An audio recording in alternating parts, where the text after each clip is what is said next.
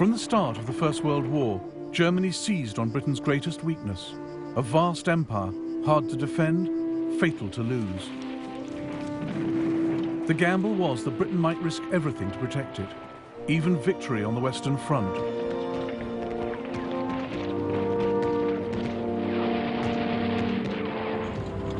War for Europe meant war for the world.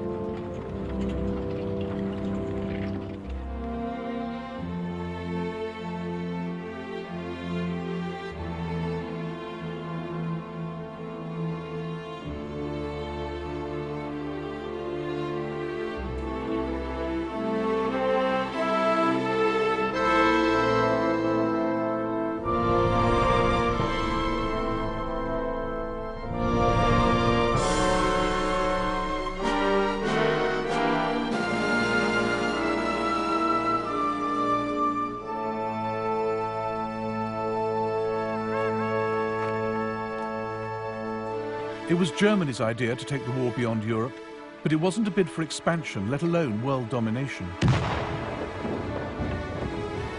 The aim was to take the pressure off her armies in Europe by attacking the British Empire, hoping to divert Britain's troops, ships and resources to defend distant colonies. Britain also had no thought of a bigger empire. She just didn't want to lose the one she had. So while Germany wanted to open the war up around the globe, Britain was desperate to close it down.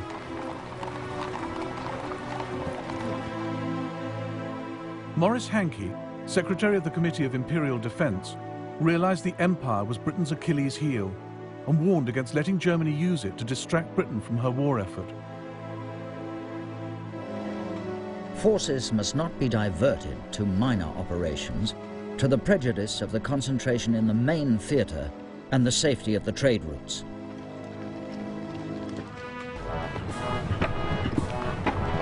"15 years before, Germany had proclaimed herself an empire builder. The Kaiser had taken his country into the 20th century as a German admiral, creating a global German navy.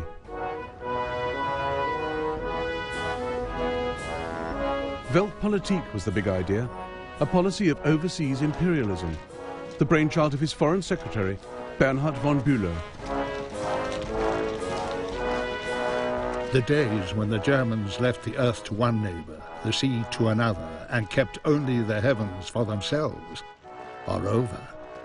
We don't want to put anyone in the shade, but we too demand our place in the sun. Germany had come late to the game of empires, but by 1900 she had Togoland, Cameroon, German Southwest Africa, now Namibia, and German East Africa, now Tanzania. Her flag flew over patches in the Pacific, New Guinea, Samoa, and Micronesia. She had a vital toehold in China, at Tsingtao, where she recoaled her ships and brewed beer. Grand Admiral Alfred von Tirpitz saw this as just the start. We are now standing only at the beginning of a new division of the globe.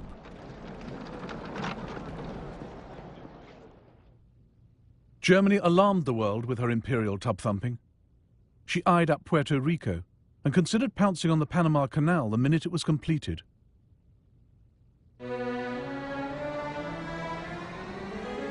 But the boldest of all the Kaiser's schemes was Operational Plan 3. The East Coast is the heart of the United States, and this is where she is most vulnerable. New York will panic at the prospect of bombardment. By hitting her here, we can force America to negotiate.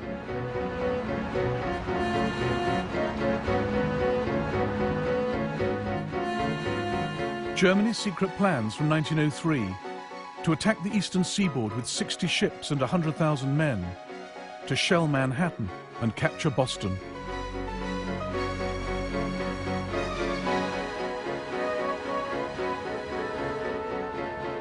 The outlandish scheme was driven by the Kaiser's resentment of America's growing power in the Pacific. He believed in a militarist state and increasingly hated what the West stood for. Service to Mammon greed, self-indulgence, land-grabbing, lying, treachery, and not least murder. The Kaiser thought capitalism was vulnerable, that a strong enough attack on its international systems of trade, credit and insurance could bring the edifice tumbling down. Operational Plan 3 was dropped, but not the hostility towards capitalist empires.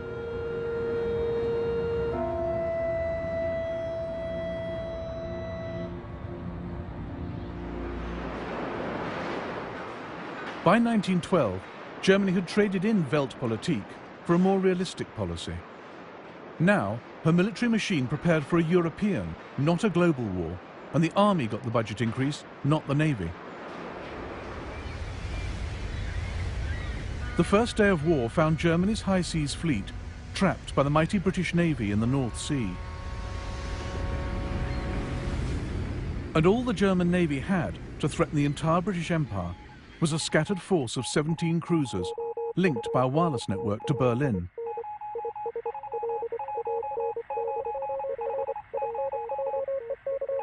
There was the Königsberg off East Africa, the Goeben and the Breslau in the Mediterranean, the Dresden and the Karlsruhe in the West Indies, the Leipzig off the west coast of America. But the greatest concentration of cruisers was Admiral Graf von Spee's powerful East Asiatic Squadron, based at Tsingtao in China.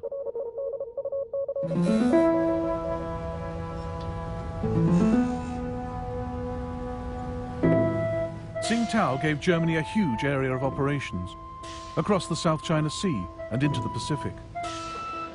Seizing it would cut the squadron's lifeline. Britain saw the urgency, but lacked the resources. So, 2 days into the war, she turned to her ally Japan.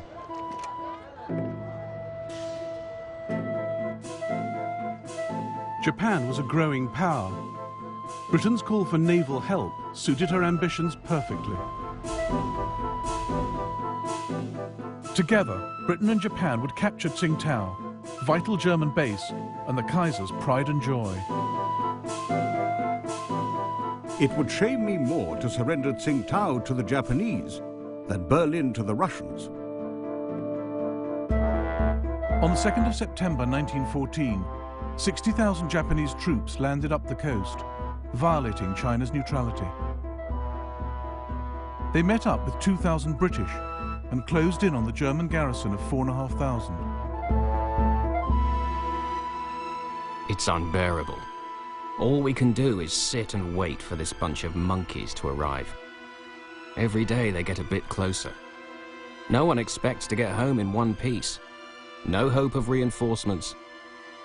The noose around our necks is getting tighter and tighter.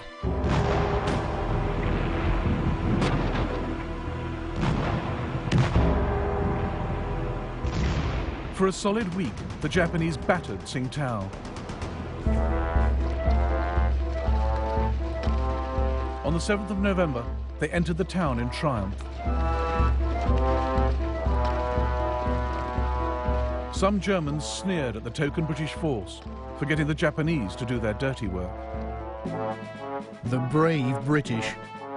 They played no part in the capture of Tsingtao, but they joined in the victory parade. As they went by, we Germans were ordered to turn our backs on them.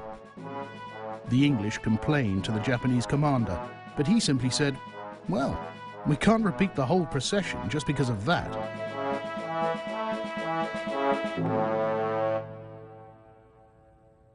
The capture of Tsingtao gave Japan a launch pad to pursue her empire building. Within weeks, she demanded territory and trading rights from China. Japan also seized all German possessions north of the equator. Australia and New Zealand were quick to steal those to the south. Much to America's frustration, Britain had empowered Japan in the Pacific. Key stage in a process that would lead, a quarter of a century later, to Pearl Harbor.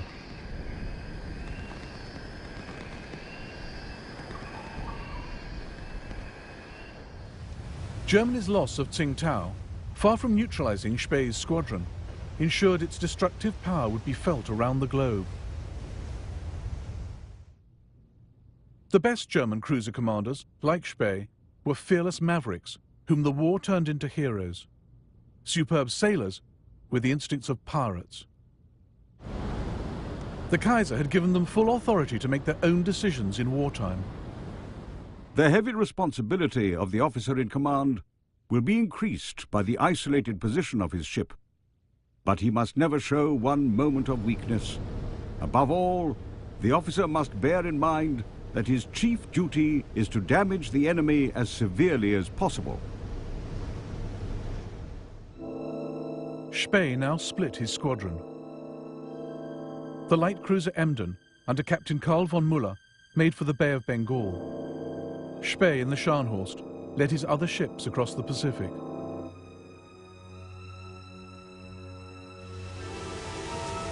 I'm quite homeless. I cannot reach Germany.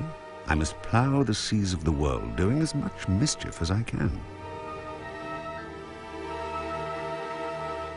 At the Admiralty in London, Winston Churchill fretted about where Spee would show up next. The vastness of the Pacific and its multitude of islands offered him their shelter. And once he had vanished, who should say where he would reappear? He was a cut flower in a vase, fair to see, yet bound to die. But so long as he lived, all our enterprises lay under the shadow of a serious potential danger.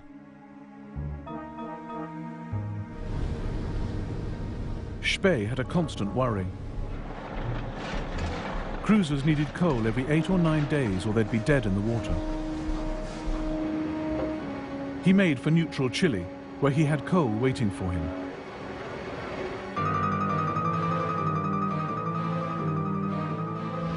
On the 1st of November 1914, he ran into a British fleet off Coronel.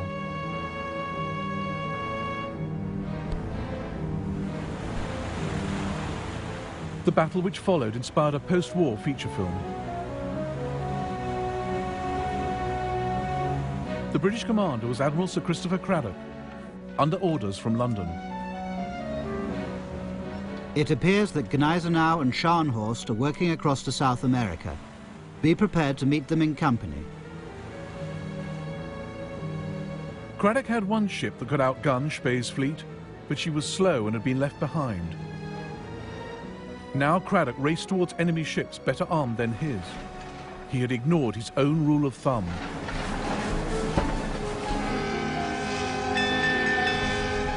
A naval officer should never let his boat go faster than his brain.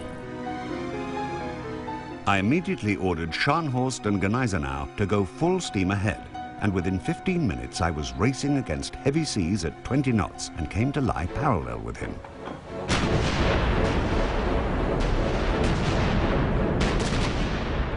Cradock's ships were no match for Spee's. Good Hope and Monmouth were obviously in distress. Monmouth yawed off to starboard, burning furiously. There was a terrible explosion on Good Hope between her mainmast and her after funnel. The gust of flames reached a height of over 200 feet, lighting up a cloud of debris that was flung still higher in the air.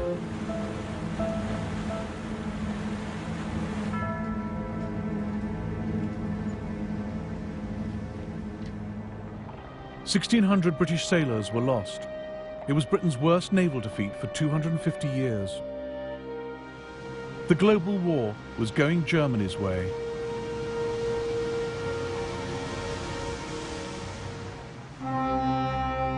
It is only when you get to see and realize what India is, that she is the strength and the greatness of England. It is only then that you feel that every nerve a man may strain, every energy he may put forward, cannot be devoted to a nobler purpose than keeping tight the cords that hold India to ourselves. Britain's empire and trading network was the single biggest resource she brought to the war. And India was at the heart of it. The cords were never tighter. All the more reason for Germany to want them cut.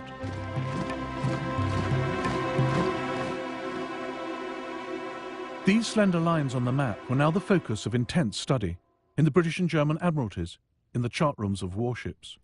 Fingers traced the vital shipping lanes, through the Suez Canal, around South Africa's Cape. Minds pondered how to protect them, how to sever them. And one of the sharpest minds was on the bridge of the German cruiser Emden. A month after she left Admiral Spee's squadron, Captain Karl von Müller steered her into the Bay of Bengal. In 1932, the Germans made a feature film about his odyssey.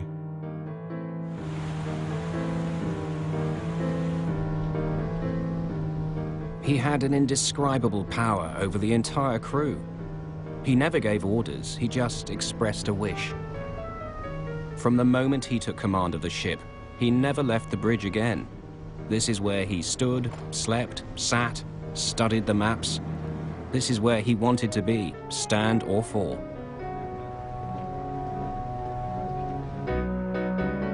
The Emden sometimes rigged a dummy funnel to look like a British cruiser.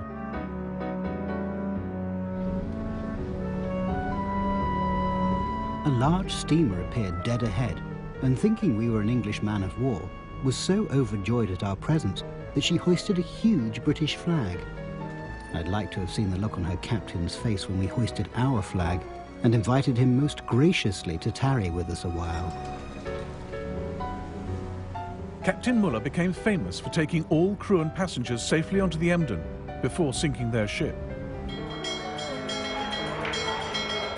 We always allowed them time to collect and take with them their personal possessions. They usually devoted most of this time to making certain that their precious supply of whiskey was not wasted on the fishes. Müller regularly released his grateful captives.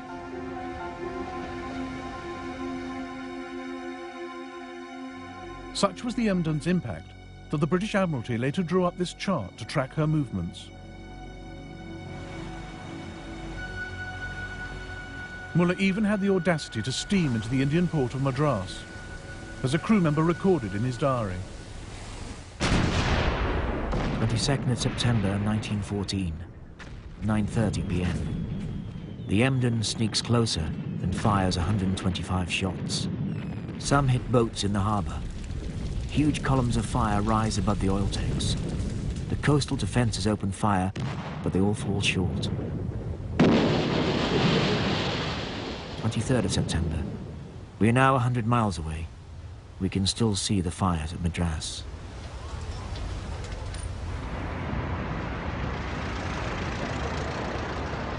In the City of London, freight rates and shipping insurance rocketed.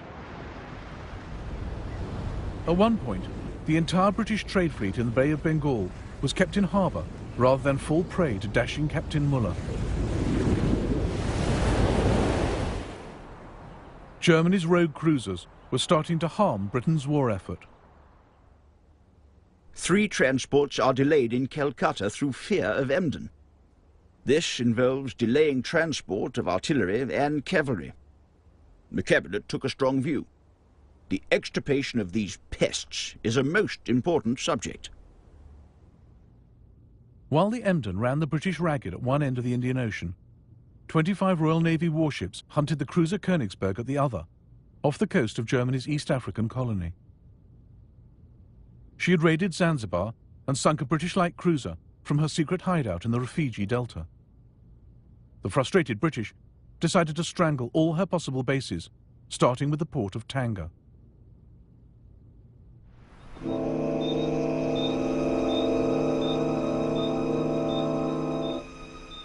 On the 2nd of November 1914, the British steamed into this bay.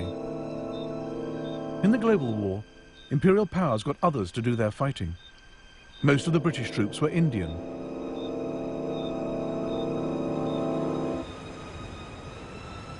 Their arrival was closely watched by Thomas Planton, a 16-year-old African fighting for the Germans. The approaching British ships had all their lights blazing and seemed to be making no attempt to conceal their presence. We were in position with machine guns, waiting in ambush for them, and many of them were killed when they started to come ashore. A lot of them were killed before they even got out of the water.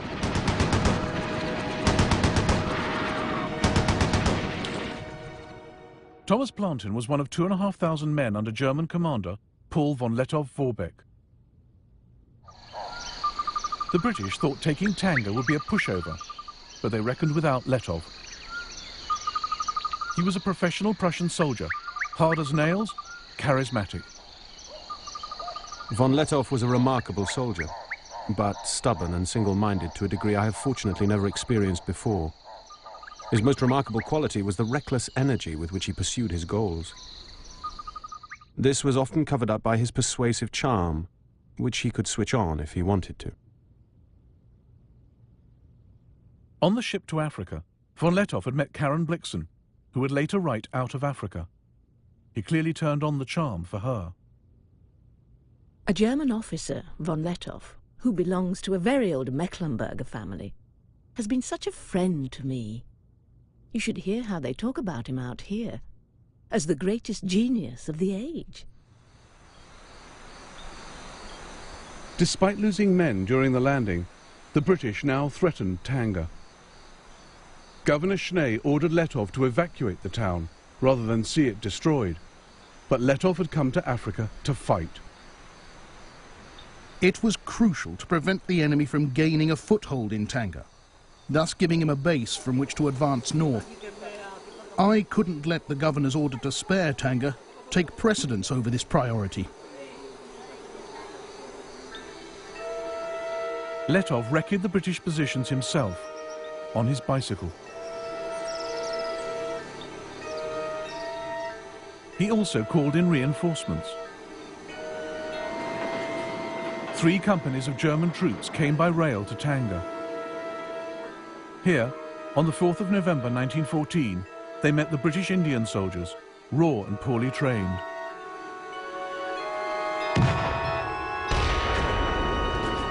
British intelligence officer Richard Meinertzhagen watched the ensuing rout. Half the 13th Rajputs turned at once, broke into a rabble and bolted. I could not believe my eyes. They were all jabbering like terrified monkeys and were clearly not for it at any price. Everyone in the dense forest, friend and foe, was mixed up together, shouting in all sorts of languages. The enemy ran off in wild disorder, and our machine guns mowed down whole companies to the last man. Von Lettow was based here, at the German hospital.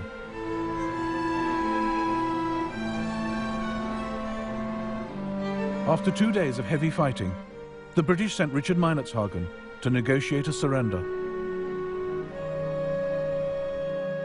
The Germans were kindness itself and gave me a most excellent breakfast, which I sorely needed. We discussed the fight freely as though it had been a football match. It seemed so odd that I should be having a meal today with people whom I was trying to kill yesterday. It seemed so wrong, and made me wonder whether this really was war, or whether we'd all made a ghastly mistake. The German officers were all hard-looking, keen and fit. They treated this war as some new form of sport.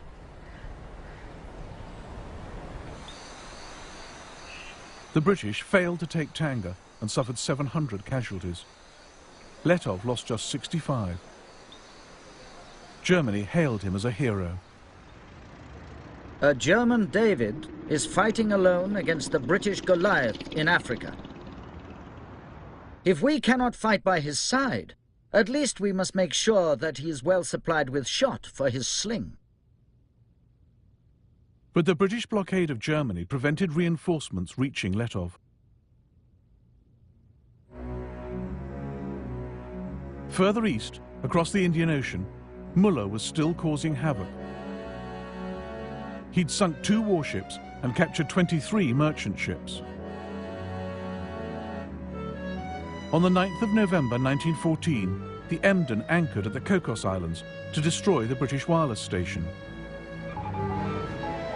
But the radio operator spotted the Emden's bogus 4th funnel and put out a call for help. The Australian cruiser Sydney picked up the message and ended the Emden's maverick career.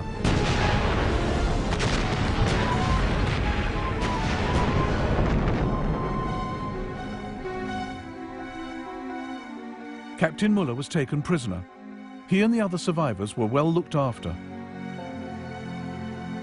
Dear loved ones, I'm well and healthy. The British were very friendly. They took loads of photos of us and asked for our addresses to send us the snaps. Yours, Walter.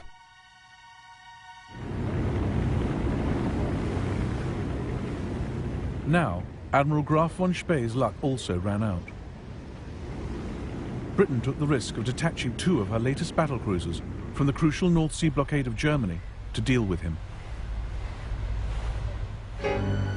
On the 8th of December 1914, German commander Hans Pochhammer sighted their huge masts as they recoaled in Port Stanley on the Falkland Islands.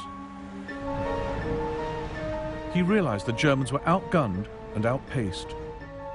We choked a little at the neck. Our throats contracted and stiffened. For that meant a life and death grapple, or rather a fight ending in honorable death. The German fleet tried to get away, but the British battlecruisers were too fast. At 1:25 p.m, Spee turned to face them.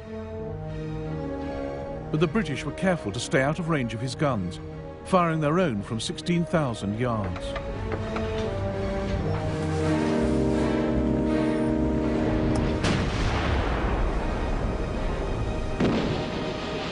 Lieutenant Harry Bennett on HMS Canopus watched what happened and painted these watercolours.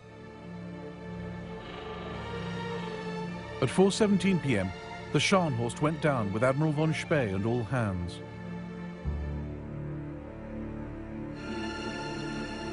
At 6:02 p.m, the Gneisenau sank with most of its crew, including Spee's younger son, Heinrich. His other son, Otto, was on the doomed Nuremberg. The sight was one of fearful awe. She turned over and sank with a graceful gliding motion, as would a tumbler pressed over in a bowl of water.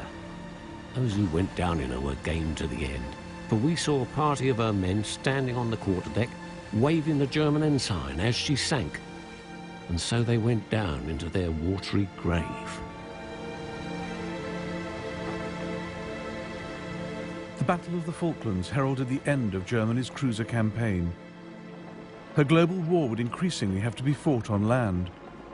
Again, her commanders would stretch slim resources to lead the British Empire a dance.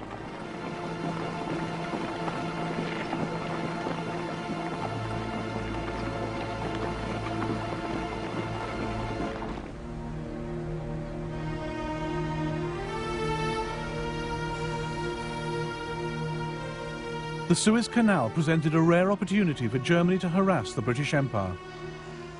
A crucial British sea lane, vulnerable to attack by land forces. But Germany couldn't spare any men from the Western Front, so Berlin turned to Ottoman Turkey, her ally since November 1914.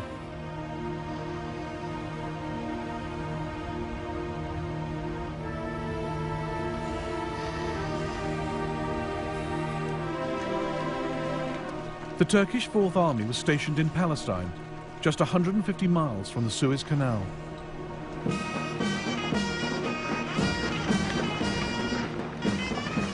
The Turks agreed to help capture Suez, assigning these 19,000 troops. They saw it as the first stage in their own reconquest of Egypt and Libya.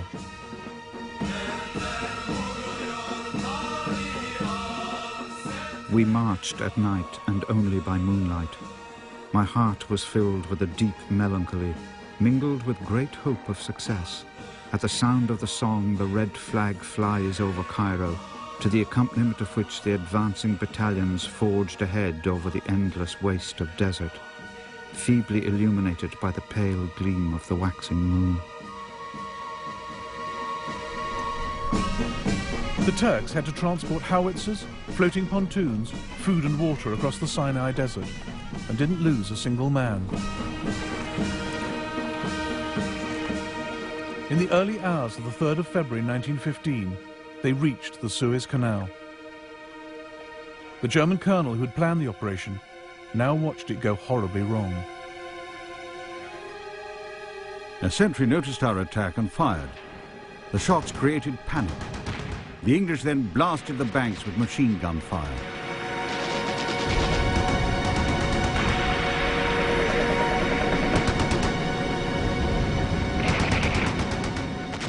The Turks found the canal defended by 9 British warships and 30,000 Indian troops dug into defensive positions. The Ottoman troops suffered 1,200 casualties. The survivors retreated across the desert.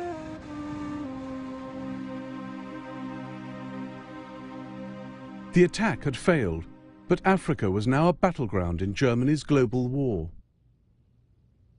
She had 3 bases of operations: the Cameroons, Germany East Africa, where Letov was still at large, and German Southwest Africa with its ports and wireless stations. Luckily for Britain, she had a colony right next door. Unluckily, it was the one whose loyalty she could least rely on.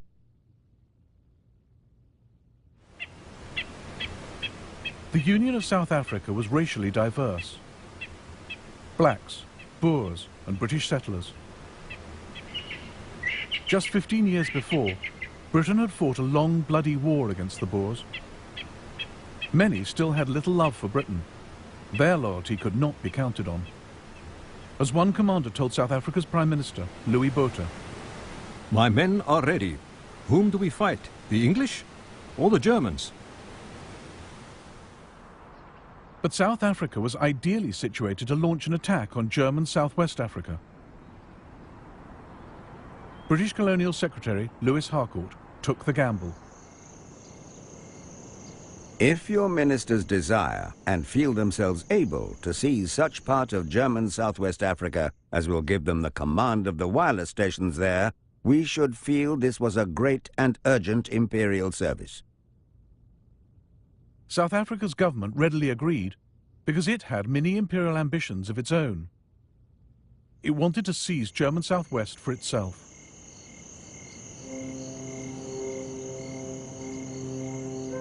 On the 14th of September 1914, South African forces crossed the Orange River into German Southwest.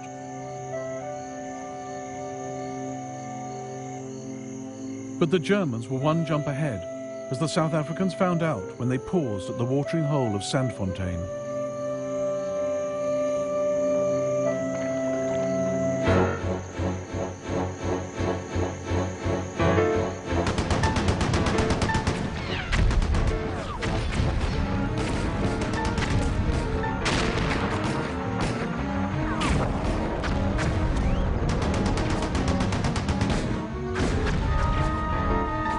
The South Africans were beaten, but there was worse to come.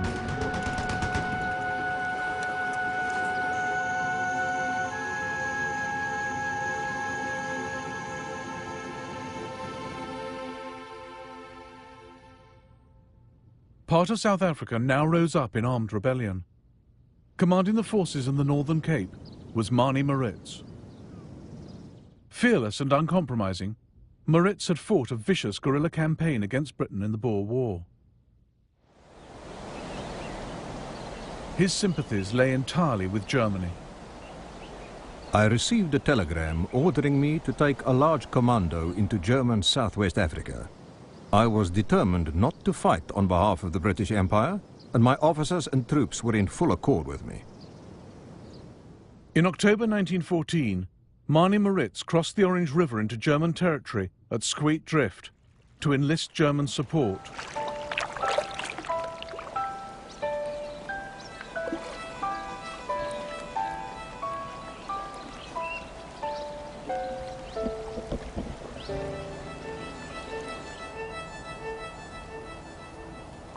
Two days later, Maritz addressed his troops under this tree. Now, men, we don't want to be ruled by the Jews and the financiers of England. General Beyers, General de Wet and myself have decided to form an independent South African Republic and have entered into an agreement with the governor of German Southwest Africa. They will provide us with arms and ammunition, guns. On this step depends the freedom of the masses of the country.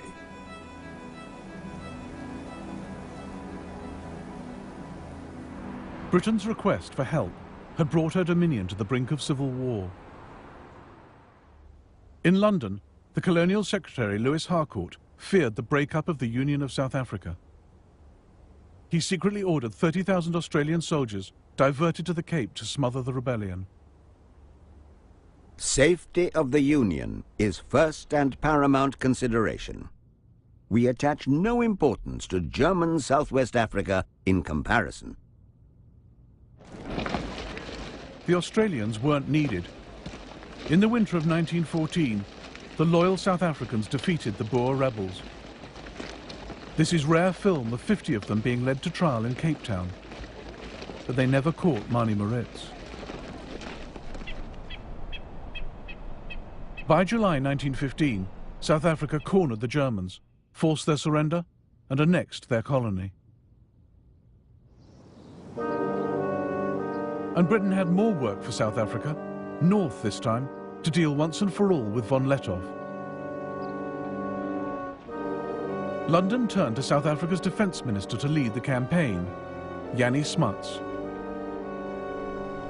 Smuts too had fought in the Boer War, but was now passionately pro-British. More a statesman than a soldier, Smuts made an indifferent general of conventional forces. And he was up against Lettow. British officer Richard Meinertzhagen was now Smuts's intelligence officer. Smuts is quite determined to avoid a stand-up fight. He told me he could not afford to go back to South Africa with the nickname Butcher Smuts.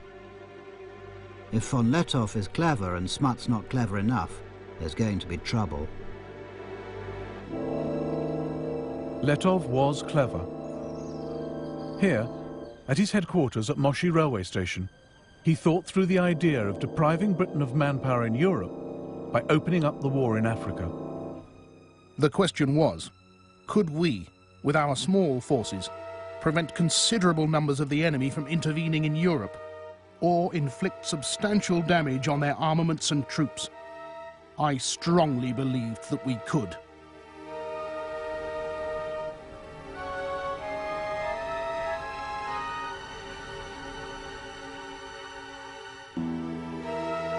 By August 1916, Lettow had become expert at his cat-and-mouse game. Von Lettow is slippery and is not going to be caught by manoeuvre. He knows the country better than we do. I think we're in for an expensive hide-and-seek, and von Lettow will still be cuckooing somewhere in tropical Africa when the ceasefire goes. Smuts has cost Britain many hundreds of lives and many millions of pounds.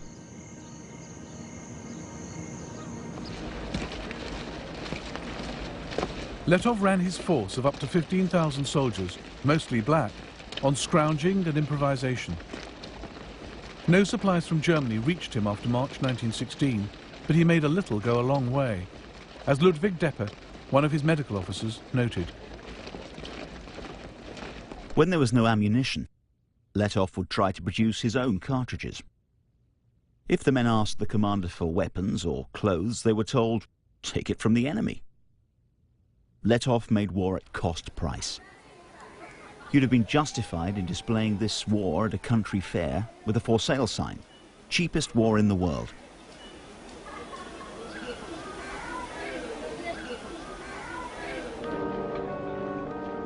Jannie Smuts had 5 times Lettow's force and resources to match.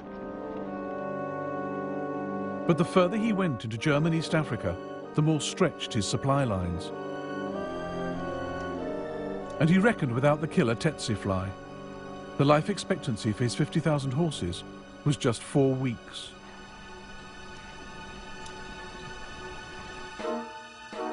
Torrential rain, mud, dust and boiling heat further slowed his progress. Intelligence was sketchy, maps inadequate.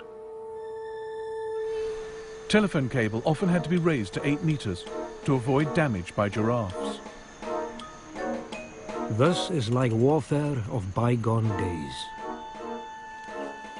We come along where no road had ever been, where probably white man had never trod before. The river is in flood and we can't get across. On the other side, the German patrols are watching us, but the crocodile hold the peace between us very successfully.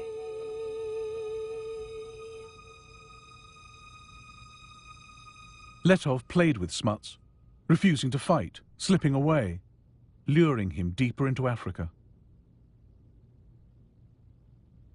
As they went, they spread the war's grief and destruction, dragging in more and more of the people of Africa.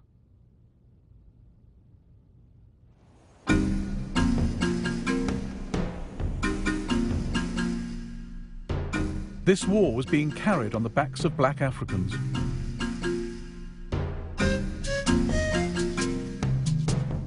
For the Letov campaign alone, the British recruited over 1 million black porters.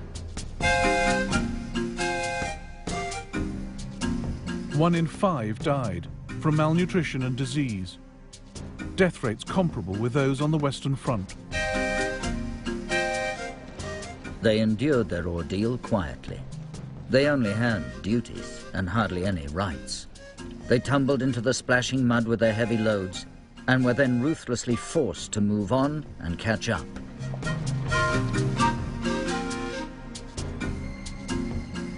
Oh, the Lindy Road was dusty, and the Lindy Road was long.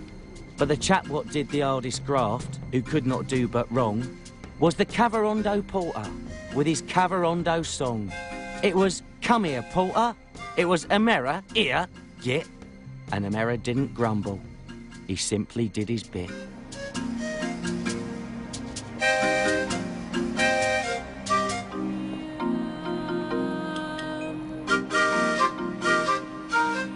What Smuts saves on the battlefield, he loses in hospital.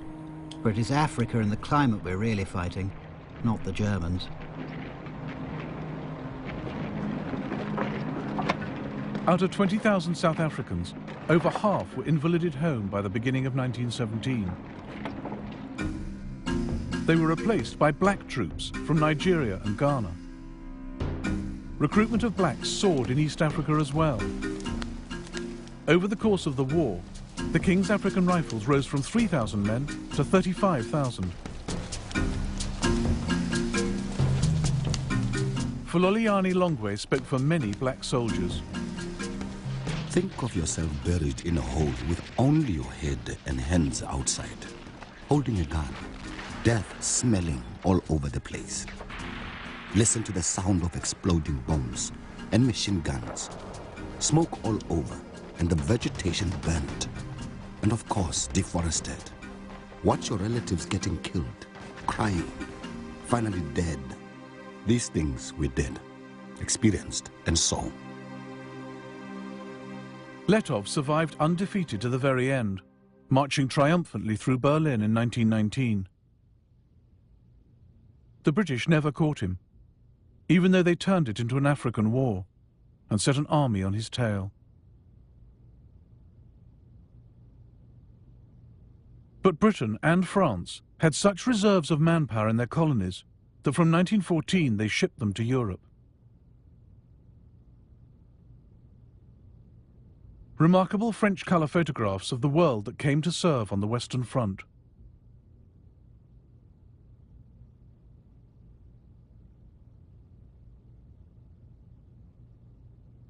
French General Charles Mangin had calculated that France could raise up to 300,000 from her empire for Europe.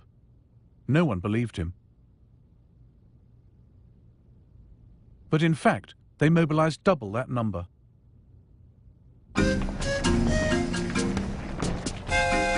Black troops have precisely those qualities which are demanded in the long struggles of modern war. Endurance, tenacity, the instinct for combat, the absence of nervousness, and an incomparable power of shock. Not only do they enjoy danger, a life of adventure, but they are also essentially disciplinable.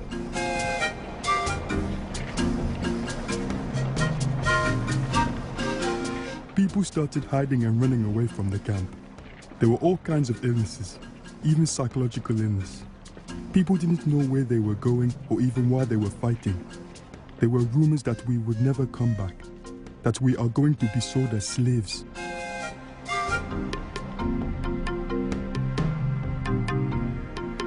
India provided Britain with 1.75 million men in the war. They'd been thrown into some of the toughest fighting from the start.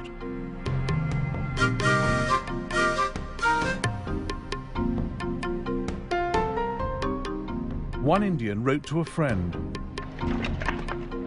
"The war is a calamity on 3 worlds and has caused me to cross the seas and live here. The cold is so great that it cannot be described. We have not seen the sun for 4 months. Thus we are sacrificed. I have neither sleep by night nor ease by day. There can never have been such a war before, nor will there ever be again."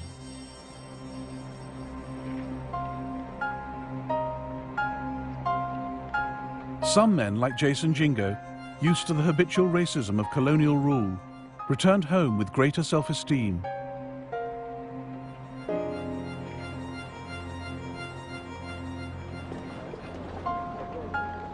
We had liked our time in France. It was our first experience of living in a society without a color bar. We were different from the other people at home. Our behavior, as we showed the South Africans, was something more than they'd expected from a native. We had copied the manners and customs of the Europeans, and not only copied, we lived them.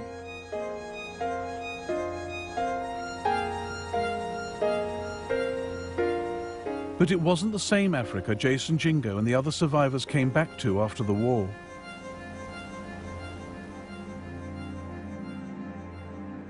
The empires which once carved it up had now turned parts of it into a wasteland, as German medic Ludwig Deppe realized.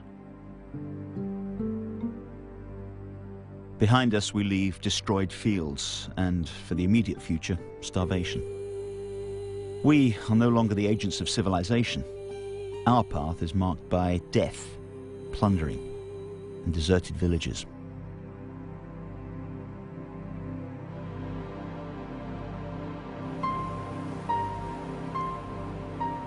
It would be years before African nationalism took off, but a few had begun the journey.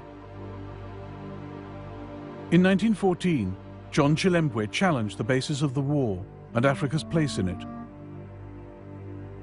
And his words would haunt colonial officials for years to come.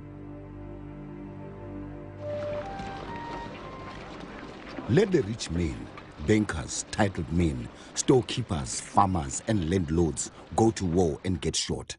Instead, the poor Africans who have nothing to own in this present world, who in death leave only a long line of widows and orphans in utter want and dire distress, are invited to die for a cause which is not theirs.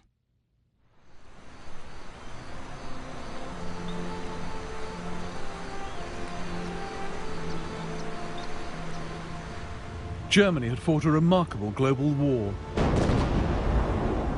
but it cost her cruisers, her wireless network, and all her colonies. Yet Germany had forced Britain and France to call on their empires and lean on their allies. In the process, these flexed their muscles and formed empires of their own.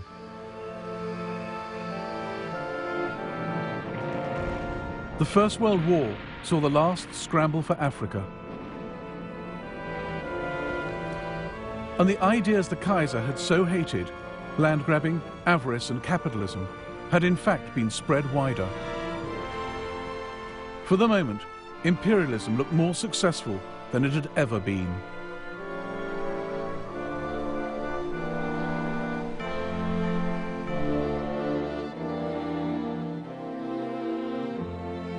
In the next episode of the First World War, the call goes out for jihad, holy war in the Middle East, the nightmare of Gallipoli, and the agony of the Armenian people.